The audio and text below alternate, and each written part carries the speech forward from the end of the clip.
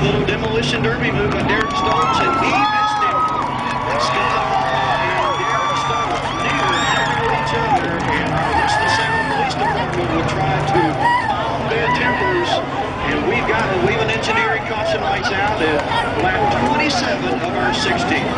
If you missed it, Derek Stoltz was about to go a lap down. Scott Hall went to the outside. Michael Adams in car 19 just trying to take advantage and take the lead.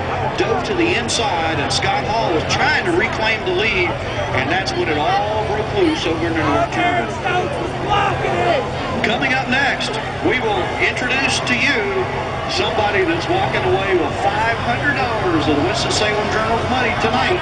And then we'll have our second 25-lap modified race. And we've got a great surprise front row again. And you're going to like it, so stay tuned. I'll give you a hint. The first 3 drivers in the modified lineup have not won at Bowman Gray Stadium in modified. So we may have us another first-time winner tonight. We will just have to see. Randy, I don't know if the top 3 in the next race have won a race at Bowman Gray. Don't tell them. Ever. Not necessarily in a modified. That's right. Ever.